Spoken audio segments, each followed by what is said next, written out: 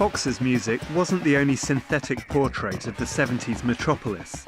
An experimental group of artists known as Throbbing Gristle had been forging their own electronic industrial sounds in their Death Factory down the road in Hackney. Grim. Yeah, it was grim. It was very run down. The factory was an old trouser factory, and it was near London Fields. And in the basement, we were on level with the plague pits. That's why it got called the Death Factory.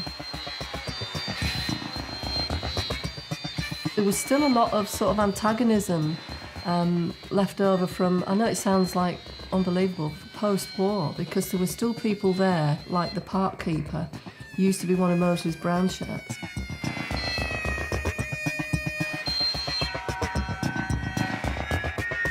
I mean, it sounds a bit of a cliche now, but at the time we were trying to sort of reflect the sounds around us in some weird way. Our studio was in like an industrial area, and there were lots of different noises going on all the time.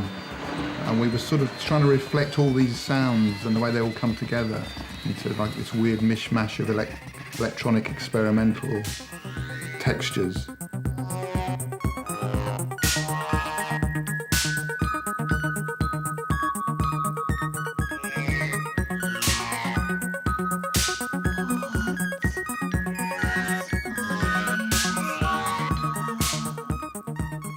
We felt kinship with a lot of bands, didn't we? Especially sort of Sheffield bands. Yeah, Cabaret Voltaire, those people. Yeah. But I think the kinship was the fact that we were all independent. Yeah.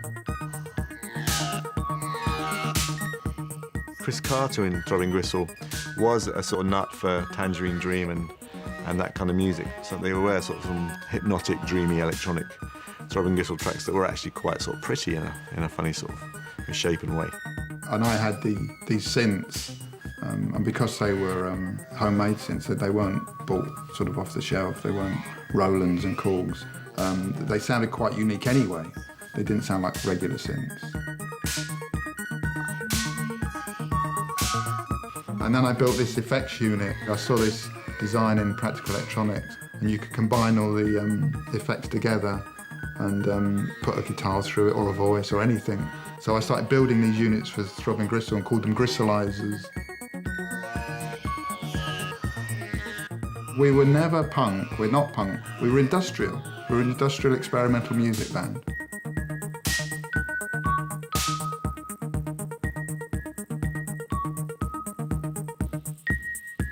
Come 1979, British electronic music was still being ignored by mainstream labels.